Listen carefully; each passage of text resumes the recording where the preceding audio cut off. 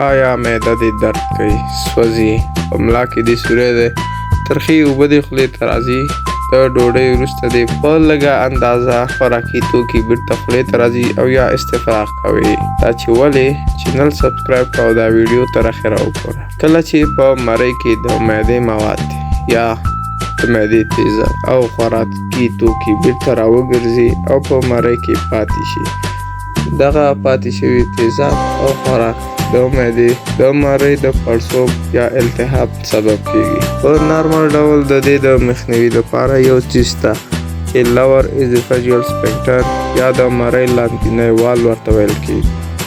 دغه په عادي ډول د دې مرض مخنیوی کوي او نه پرېږدي چې دا مرض رامنځته شي. کله چې په دغې وال کې بې نظمي رامنځته شي او یا کمزوره شي او یا خراب شي، نو بیا دغه مرض رامنځته کېږي چې دغه مرض ته جرد ویل کېږي. د لور ایزوفیجیل سفنکټر یا د مرۍ لاندینی وال فعالیت کمیدل او کمزوري کېدل، د مرۍ سم نه پاکېدل، مرۍ په طبیعي ډول خپله راټولوي چې کله غذایي توکي موږ وخورو خلاصیږي او بیرته ځان راټولوي.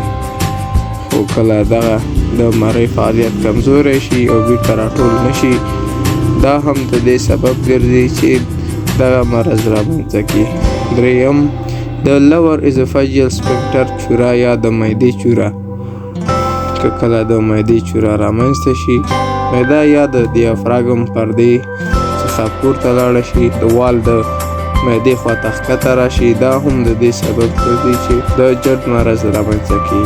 او کوم خلک چې دې مرض ته ډېر مساعد دي هغوی دي حامله داره ښځې، چاق خلک چې وزن ډېر لري، الکول او نوشابه څښونکي او د غوړو ډېر خوړونکي، ډېر خوراک کوونکي، خلک چې په دایبي ډول ډېر خوراک کوي، سګرټ څښونکي، د فشار دواګانې د استعمالونکي. البته ټولې د فشار دواګانې دغه مرض نه رامنځته کوي، یوازې د کلسیم چینل بلاکر دواګانې دغه مرض رامنځته کوي. د مرۍ د بندښت د علاج نه وروسته او د نس چوره یا د نامه چوره چې څوک لري هغوی هم دغه مرض لري. د دې مرض د مخنیوي لپاره باید هغه کارونه وشي چې په دغه مرض انسان اخته نشي، ځکه دا مرض په ډیره دوامداره توګه علاج غواړي.